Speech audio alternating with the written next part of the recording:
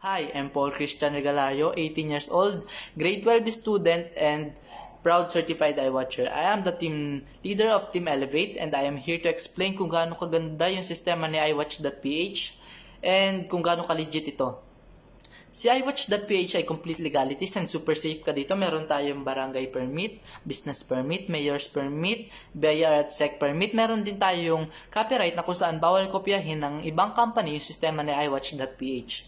Meron din tayong mga executive na super visible na pwede natin makausap. Nandiyan si Mr. CEO na si Mr. Rainer Cadiz, si Mr. COO na si Mr. Joseph Regalario at si Mr. CMO na si Mr. Jerome Operio.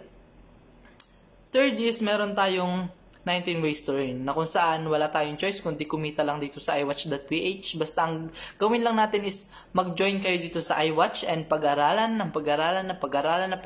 yung sistema at pag-aralan kung paano trabahuhin ng tama si iWatch.ph.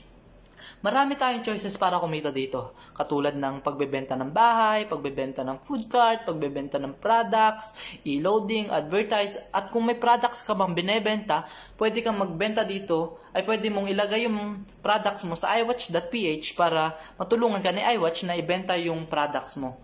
And last is, meron tayong inviting, na kung saan kailangan mo lang i-build ng tama yung team mo para kung sa near future man maging busy ka at di ka makapag-invite, kumikita ka pa rin. Para ma-build mo ng tama yung team mo, kailangan mo lang tulungan yung mga invite mo na kumita sila para tulungan ka din nila na kumita. And then, pasa-pasa lang yun. Sabihin mo lang sa mga invite mo na tulungan din nila yung mga invite nila. Basta ethical way. Doon lang tayo sa ethical way para walang problema. Then, last is, meron tayong weekly training na kung saan mas binibuild ni iWatch yung skill natin dito para mas mapalaki at mapalago pa natin income natin dito sa business. So, last na yon, kung may mga katanungan pa kayo or kung interested kayo sa iWatch.ph, pwede kayo mag-comment sa baba or i-direct message nyo ako. I-guide ko kayo at tutulungan ko kayo. And yun lang. Bye!